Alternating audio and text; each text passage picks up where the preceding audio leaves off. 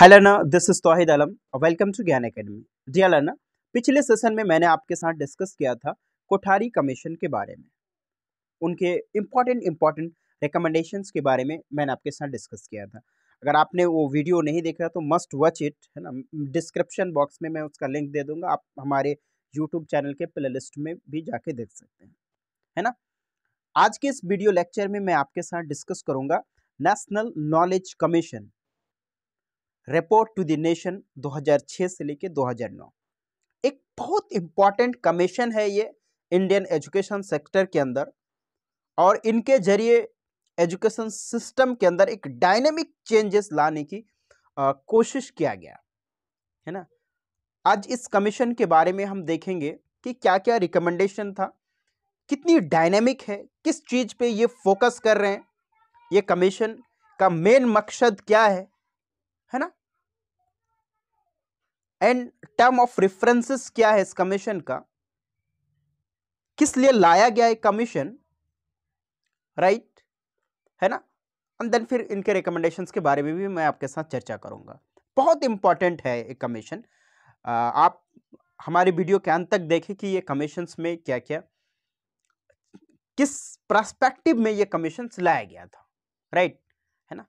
तो national knowledge commission, नाम ही काम करता है, और काम की बुनियाद पे ही नाम रखा जाता है। तो नेशनल नॉलेज कमीशन, है ना। ये कमीशन तब आया था जब डॉक्टर मनमोहन सिंह की सरकार थी हमारे कंट्री में, इंडिया में, है ना। आप जानते हैं कि डॉक्टर मनमोहन सिंह जी गवर्नर भी रहे आरबीआई के, फाइनेंस मिनिस्टर भी रहे, एक बहुत बड़े इकोनॉमिस्ट है, हमारी कंट्री के प्राइम मिनिस्टर भी रहे 2 टर्म तक। उन्होंने उन्हीं का विजन था ये, है ना। The vision of NKC, that means कि the National knowledge Commission was articulated by doctor Manmohan Singh, prime minister of India. उन्हीं का ये विजन था नेशनल नॉलेज कमीशन। उन्होंने ये ऑब्जर्व किया, उन्होंने ये महसूस किया कि ये 21st सेंचुरी है ना। 21st सेंचुरी को नॉलेज सेंचुरी के नाम से जाना जाता है, क्योंकि यहाँ पे जो नॉलेज है ना, ये जो नॉलेज है ना, ये रैपिडली चेंज हो रहा है ना। नॉलेज रैपिडली चेंज हो रहा है ना। Science and technology rapidly change हो रहा है, इतनी ग्रोथ एंड डेवलपमेंट बहुत रैपिडली हो रहा है। तो उनके विजन में आया कि अगर मुझे वर्ल्ड के डेवलप्ड कंट्री के साथ कंपीट करना है ना, उसके साथ अगर मुकाबला करना है, तो हमें नॉलेज का क्रिएशन करना पड़ेगा, और नॉलेज का अपडेशन करना पड़ेगा, कैपेबिलिटी बिल्डिंग करना पड़ेगा, इंस्टीट्यूशन खोलना पड़ेगा, नॉलेज को प्रैक्टिकल यूज करना पड़ेगा, ह्यूज बच्चों के अंदर नॉलेज का क्रिएशन करना पड़ेगा, नॉलेज में फोकस करना पड़ेगा कि हाउ टू नॉलेज को कैसे गेन किया जाए, है ना। इन पे हमारी मेन फोकस होनी चाहिए, ताकि हम वर्ल्ड के साथ कंपीट कर सकते हैं। क्योंकि अब वो दुनिया नहीं है जहां से आप जो है ना बंदूक और तलवार लेके दूसरों के साथ कंपीट करेंगे, है ना। वो समय बीत गया जब हम क्या करते हैं, बंदूक और तलवार लेके दूसरे के साथ कंपीट करते हैं। अभी का समय है कि किसके साथ, नॉलेज के साथ दुनिया के साथ कंपीट किया जाएगा। नॉलेज इज पावरफुल, है ना। नॉलेज इज एवरीथिंग, है ना। मोर पावरफुल क्या आपका नॉलेज है, और ये चीज बहुत अच्छे तरीके से डॉक्टर मनमोहन सिंह जानते थे, है ना। तो आइए इस कमीशंस के बारे में हम और देखते हैं। इसका इंट्रोडक्शंस पार्ट में बात करेंगे, मोस्टली इंट्रोडक्शंस पार्ट में बात करेंगे क्या एम्स एंड ऑब्जेक्टिव से, आज के सेशन में इस पे बात करेंगे। देन फिर हम नेक्स्ट सेशन में जो है इनके रिकमेंडेशंस में बात करेंगे। तो the National knowledge commission NKC constituted on 13th June 2005 as a high-level advisory body to the Prime Minister of India. The vision of NKC was articulated by Dr. Manmohan Singh, Prime Minister of India, है ना। तो जो इनको बनाया गया, constituted किया गया कितना, 13 जून 2005। याद रखिएगा, कभी कभी ये फैक्ट्स भी आपसे पूछा जाता है। एक high level advisory body prime minister of India का, और हमारी जो प्राइम मिनिस्टर ऑफ इंडिया थे उस समय के डॉक्टर मनमोहन सिंह जी, उनके द्वारा इनको आर्टिकुलेटेड किया गया था। उन्होंने कहा था, उनका एक कोटेशन है, बहुत बेहतरीन कोटेशन है, एनकेसी के आर्टिकुलेटेड के समय कि the time has to come create a second wave of institution building and of excellence in the field of education, research and capability building. मैं वंस अगेन रिपीट करता हूँ, अब सुनिए कि the time has come to create a second wave of institution building and of excellence in the field of education, research and capability building. है ना, वक्त आ चुका है, वक्त आ चुका है कि हम इस तरह का इंस्टीट्यूशन बिल्डिंग करें, है ना, और एजुकेशन के फील्ड में, एजुकेशन के सेक्टर में, एजुकेशन के मैदान में हम एक्सेलेंस लाएं, रिसर्च में, कैपेबिलिटी बिल्डिंग में वक्त आ चुका है। क्योंकि ये 21st सेंचुरी है, इनको नॉलेज सेंचुरी के नाम से भी जाना जाता है। ये वक्त है कि ज्यादा हमारा फोकस नॉलेज का क्रिएशन करना, नॉलेज को गेन करना, बच्चों के अंदर कैपेसिटी बिल्ड करना, उनके अंदर कैपेबिलिटी बिल्ड करना, रिसर्च करना, ये जरूरी है ना, एवरी एस्पेक्ट पे रिसर्च करना। और जो इनमें जो बहुत एक अच्छी बात कहा गया इस कमीशन में, आप अगर पढ़िएगा इसका डिटेल आपको पूरा पीडीएफ में मिलेगा, पूरा डिटेल्स आप पढ़िएगा। इसमें बहुत अच्छी एक बात कहा गया कि नॉलेज गेन करना बहुत बड़ी बात नहीं है। नॉलेज गेन करना that means not useful, knowledge को पर्टिकुलर वे में एप्लीकेशन करना ये बहुत जरूरी है ना। नॉलेज का एप्लीकेशन करना बहुत जरूरी है, और हमें क्या करना है, नॉलेज का एप्लीकेशन करना है ना।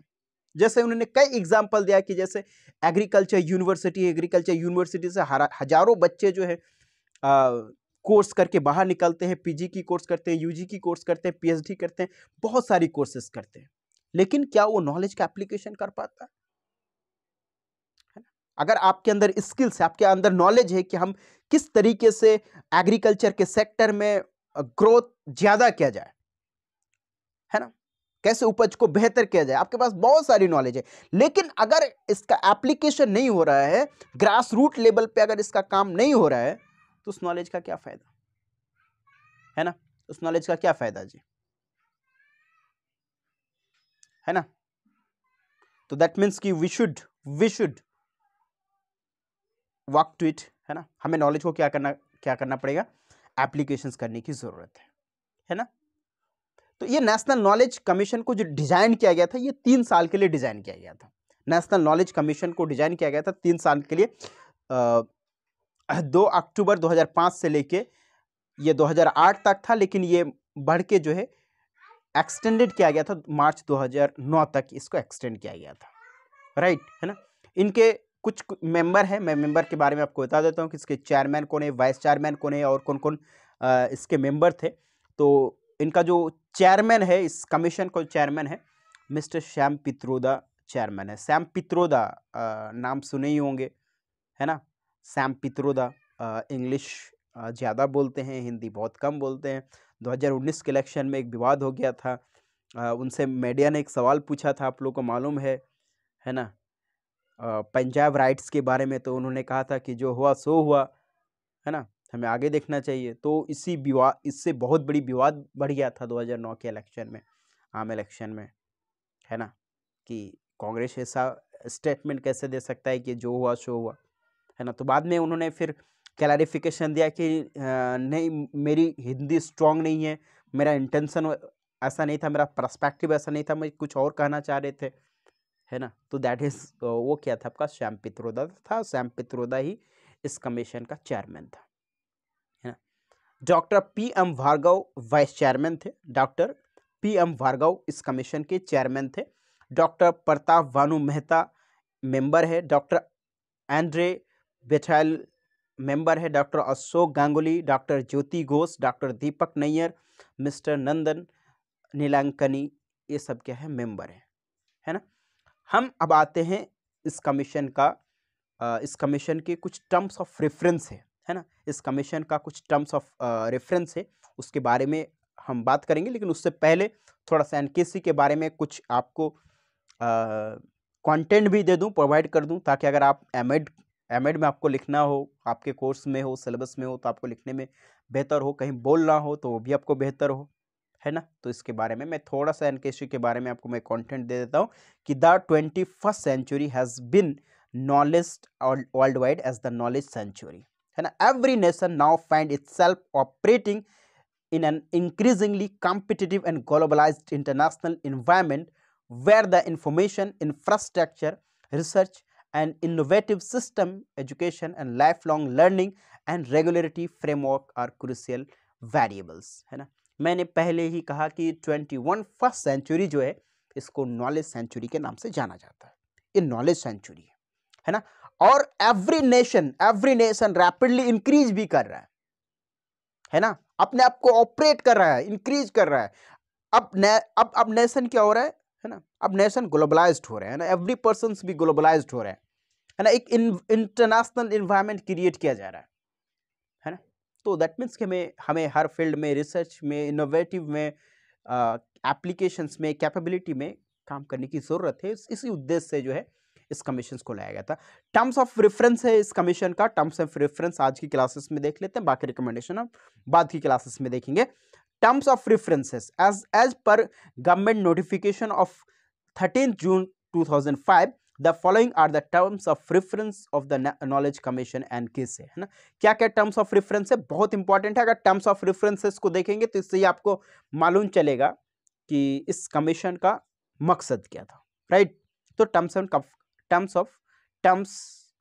ऑफ रेफरेंस पे हम बात कर लेते हैं.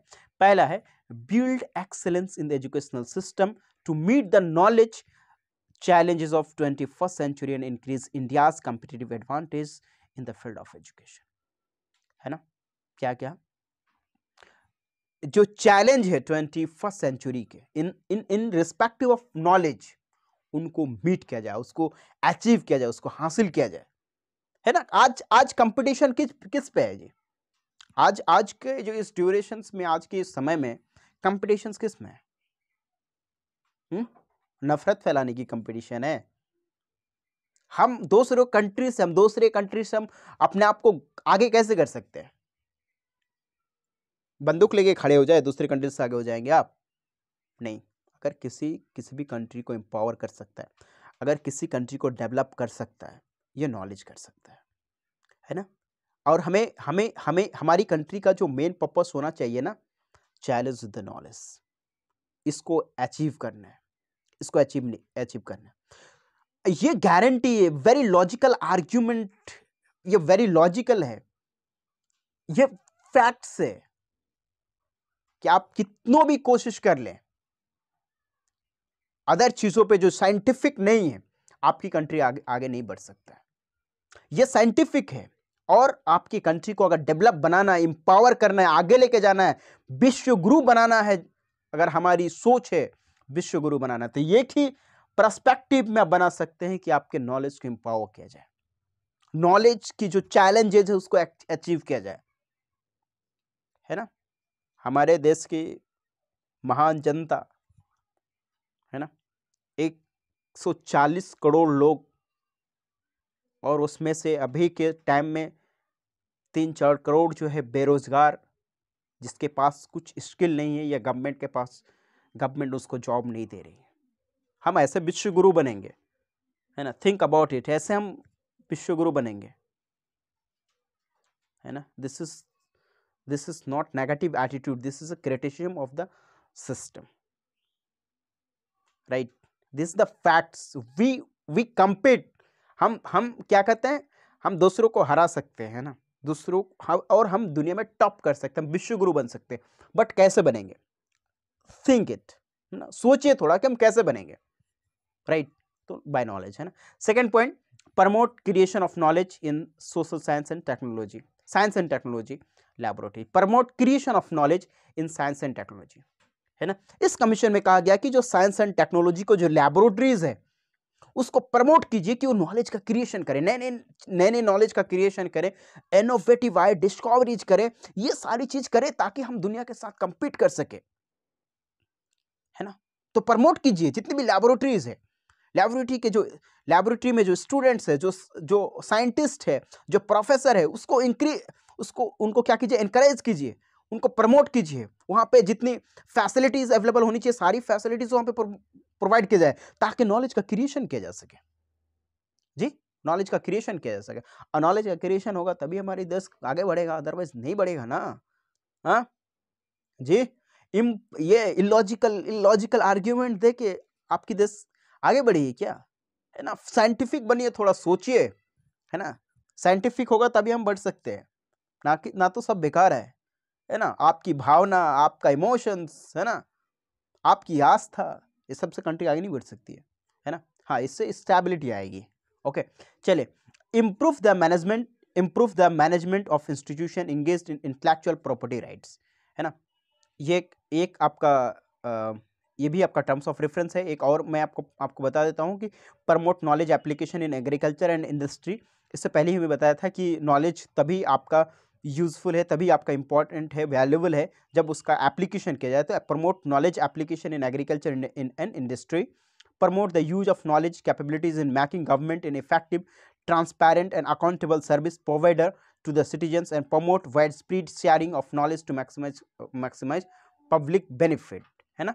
तो इससे पहले ही मैंने कहा आपसे कि नॉलेज का मीन्स क्या होनी चाहिए, कि उसका कैपेबिलिटी होनी चाहिए, उसका एप्लीकेशंस होनी चाहिए, एंड मैक्सिमम लोगों को प्रॉफिट हो, इसलिए नॉलेज होनी चाहिए, है ना। आप पीएचडी होल्डर है या पीएचडी किए हुए बैठे हुए, आपके पास बहुत सारे नॉलेज है, लेकिन आपके इस नॉलेज से किसी भी एक इंसान को कोई फायदा नहीं होता है, आपके घर वालों को खुद फायदा नहीं होता, आपको खुद फायदा नहीं होता है, एंड कंट्री का कोई कंट्रीब्यूशन नहीं होता है, ऐसे नॉलेज का लेकर आप करोगे क्या? राइट, इस नॉलेज को लेकर आप क्या करोगे, है ना, जब तक किसी को बेनिफिट्स ना हो।